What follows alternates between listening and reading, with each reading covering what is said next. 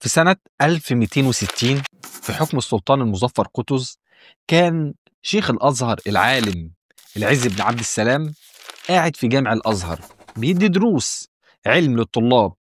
وجامع الأزهر في الوقت دوت كان مكتظ مليان بالطلبة، وصوت الشيخ كان بيجلجل في القاهرة كلها، إذ بصوت مرعب جاي من بعيد كأنه صوت يوم القيامة.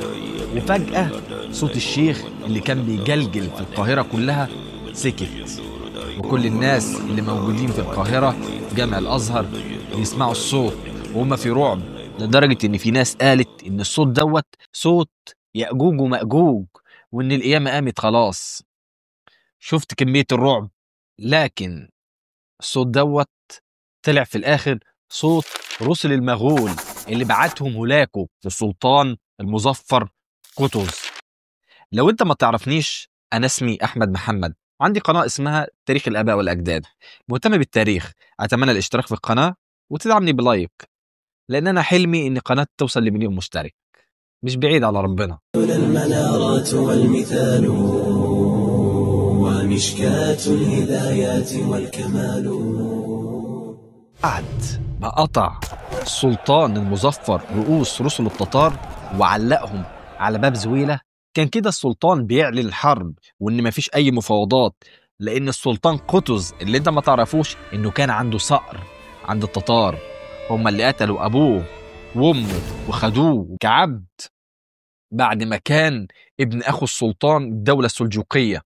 فبعت السلطان قطز لشيخ الازهر العالم الكبير العز بن عبد السلام، وقال له إن مفيش حل غير إن إحنا نحارب المغول ونسقر للخليفة العباسي والمسلمين اللي قتلهم المغول في بغداد. وطلب السلطان قطز من الشيخ إنه يفتيله فتوى بجواز فرض الضريبة لتجهيز الجيش لحماية ديار المسلمين. فشيخ الأزهر العز بن عبد السلام رفض، إلا بعد دفع السلطان والأمراء كل ما يمتلكوا، وما يبقاش معاهم إلا سيف ودرع وفرس يحاربوا بيه.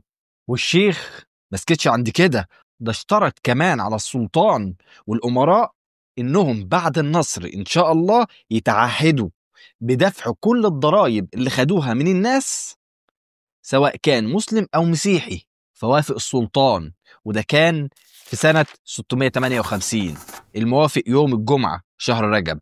فبعديه على طول ذهب الشيخ العز بن عبد السلام لجامع الأزهر، ووقف في صحن جامع الأزهر وخطب بأعلى صوته، وحواليه علماء وطلاب الأزهر، وقال: لا يهزم جيش قائده يقول الله أكبر، ألا وإن الدماء والمال أرخص ثمنا من ديننا وأرضنا. وأعلم فتوى أن من يتولى يوم الزحف أي الهروب يوم الحرب فهو مرتد. وفضل يردد آية: وإن ينصركم الله فلا غالب لكم، وإن ينصركم الله فلا غالب لكم. وده اللي ذكره المقريزي في كتابه السلوك لمعرفة دول الملوك مجلد 1 صفحة 519. وبدأ الأزهر بنفسه بالتبرع للجيش عشان مواجهة المغول، فتبرع الأزهر بخمس الوقف بتاعته، الأراضي بتاعته، واللي اتقدرت بحوالي 100,000 دينار، يعني حوالي 300 مليون جنيه دلوقتي. غير شيخ الأزهر اللي بدأ بنفسه العز بن عبد السلام كان عنده مكتبة، فقرر إن هو يبيعها ويبدأ بنفسه، وجابت حوالي 10,000 دينار واتبرع بيهم كلهم لتجهيز الجيش ضد المغول. فلو انت مستهين بقيمة الدينار، فالدينار دوت عملة من الذهب قيمتها حوالي 4.5 جرام ذهب، يعني 10,000 دينار دلوقتي يعملوا 10 مليون جنيه. انا حاسبها على قيمة جرام الذهب دلوقتي حالا. الارقام ديت انا مش جايبها من دماغي، ده ذكره المقريزي في كتابه السلوك لمعرفة دول الملوك مجلد 1 صفحة 519. وعلى فكرة المقريزي وابن الأثير الاتنين كانوا بيدرسوا في الأزهر تاريخ في الفترة دي، فترة تهديد المغول، وكتبوا كل اللي شافوه. وهو بصراحة كل مؤرخين كل العصور درسوا في الأزهر، يعني حتى ابن خلدون وابن إياس وابن تغربردي وعمنا القلقشندي وشيخ المؤرخين عبد الرحمن الجبرتي مؤرخ العصر الحديث برضو درسوا في الأزهر. الأزهر ليه فضل كبير على كل المؤرخين أو كل علماء التاريخ، ودي شهادة حق. نرجع تاني ونتكلم عن التبرعات للجيش لمواجهة المغول. السلطان قطز فكر إنه يعين حد الناس بتحبه وبتحترمه ويشجع الناس إنهم يتبرعوا للجيش عشان يواجه المغول. فقرر إن هو يعين شيخ الأزهر العالم الكبير اللي بدأ بنفسه، اللي هو العز بن عبد السلام. فقام علماء الأزهر بالتبرع بالذهب بتاع أزواجهم، وطلاب الأزهر تبرعوا ب5000 درهم وسلموها للسلطان قطز. وطلاب الأزهر برضو شاركوا في الجيش وانضم منهم 500 طالب لمحاربة المغول. ولما الناس شافت شيخ الأزهر بدأ بنفسه وعلماء الأزهر وطلاب الأزهر بدأوا بنفسهم، بدأوا هم كمان يتبرعوا. ففي فلاحين باعوا مواشيهم واتبرعوا بيها، وستات باعت الداب بتاعتها واتبرعوا بيها، وشباب اتطوعوا بالآلاف. وكل دوت بسبب كلمة حق اتقالت في جامع الأزهر. وبعد ما لموا كل التبرعات ديت في جامع الأزهر، شيخ الأزهر العالم الكبير العز بن عبد السلام راح سلم الصندوق للسلطان المظفر قطز وقال له إن هذا أموال المسلمين جعلت للدفاع عن الأرض والدين، فلا تنفقها إلا بحق. وده اللي ذكره المؤرخ الكبير المقريزي اللي شاف الحادثة بعينه في كتابه السلوك لمعرفة دول الملوك مجلد 1 صفحة 520. وبعد الحمد لله الانتصار العظيم لجيوش المسلمين على التتار بفضل الأزهر وعلماء الأزهر وطلاب الأزهر، رجع السلطان المظفر قطز لمصر. وفي الطريق رجوعه دبر بيبرس البندقداري مؤامرة وقتل السلطان وأصبح سلطان. وده عادي، السياسيين في تاريخ البشرية مش متدينين، هم لا يؤمنوا إلا بأنفسهم، فده كان صراع على السلطة عادي.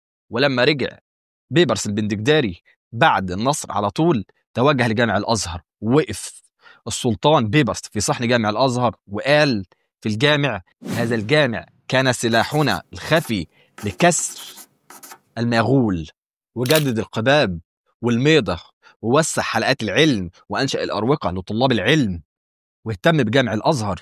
عشان كده لما تروح جامع الأزهر هتبص فوق كده تلاقي مأذنة، المأذنة ديت اللي عملها بيبرس البندقداري، وده اللي ذكره المقريزي في كتابه المواعظ والاعتبار الجزء الرابع. فما تنساش ان الازهر مش مجرد جامع، ده كان قلعه للمقاومه اللي انقذ العالم الاسلامي والعالم كله، وعلمائه وطلابه كانوا ابطال المعركه من غير ما يمسكوا سلاح. وبصراحه يعني شيخ الازهر العز بن عبد السلام كان دوره كبير جدا ودوره مشرف جدا في محاربة المغول والصليبيين. وبصراحة أنا ما حبيتش أذكر اسمه كتير وإنجازاته، وأنا عارف إن إنجازاته كبيرة جدا، لأني كسفت إن الكيان العظيم اللي هو الأزهر دوت يتلخص في صورة شخص واحد. وإن كان عالم عظيم شارك في حرب المغول والصليبيين وأسهم بعلمه، لكن برضو الأزهر كيان عظيم. من الجهل أو الخيانة إن إحنا نربطه بشخص واحد. وده في رأيي الناس اللي بتختصر الكيانات العظيمة في صورة الأفراد دول إما إنهم جهلة أو خونة، وده في رأيي. عشان كده ما حبيتش أذكر العالم الكبير العز بن عبد السلام كتير، عشان الناس ما تتوهمش إن الجامع الأزهر العملاق دوت هو فرد، وإن كان عالم عظيم زي العز بن عبد السلام، لأن جامع الأزهر ليه أدوار كتيرة جدا زي محاربة الفرنساويين ومحاربة ومقاومة الاحتلال الإنجليزي، غير مواجهته للحكام الطغاة. ومثال صغير على كده كلمة يا خراشي، يا خراشي المصريين بيذكروها على طول لما بيخافوا. كلمة يا خراشي دوت خدوها من اسم شيخ الأزهر الشيخ العالم الكبير شيخ محمد عبد الله الخرشي المالكي. كان عالم كبير وكان المصريين بيستنجدوا بيه لما الضرايب بتكتر أو بتزيد عليهم. كان بيقف على جامع الأزهر ويدعي على السلاطين ويهددهم، وكانوا بيرجعوا. فكان الناس لما بيحصل لها نصيبة أو ظلم بيجروا عليه، وكان بينجدهم، وما كانش بيفرق بين الناس لا مسلم ولا مسيحي. عشان كده لما مات فالناس كانت بتستنجد بيه حتى بعد موته، فبتقول يا خراشي يا خراشي. ودي قصة صغيرة من جامع الأزهر، ما بالك بقى وعايزني أنا ألخص العملاق العظيم دوت في صورة فرد. وإن كان عالم عظيم شارك في كسر الصليبيين والمغول، الأزهر كيان عظيم بقاله 1000 سنة حارب كل المستبدين وحارب كل محتل تجرأ على أرض مصر. فمن الخيانة إني أربطه بشخص. وبصراحة الأزهر أكبر من أي فرد أو أي شخص. ربط الكيانات العظيمة زي الأزهر بالأشخاص أو الأفراد لا تليق إلا بالخونة أو الجهلة السذج. أنا عامل سلسلة على قناة تاريخ الأزهر في مواجهة المستعمرين والمستبدين عبر التاريخ. بجد لما بتقف عند جامع الأزهر وتقرأ تاريخه تحس إن أنت قزم. في الأول بتبقى جاهل فمغرور، وبعد كده بتتكسف من نفسك، بتشمئز، بتقرف من نفسك، بتنحني. عملاق بقاله 1000 سنة، تاريخه مشرف جدا. مصر هي الأزهر والأزهر هو مصر. ولو تابعت السلسلة دي هتتعلم حاجات كتيرة جدا وهتفتح عينيك عن عملاق بجد احنا جاهلين بقيمته وتاريخه العظيم، اللي هو الأزهر وعلماء الأزهر اللي غيروا التاريخ ووقفوا قدام المستعمرين والحكام الطغاة. اشتركوا في القناة ودعمونا بلايك. شكرا. سلام.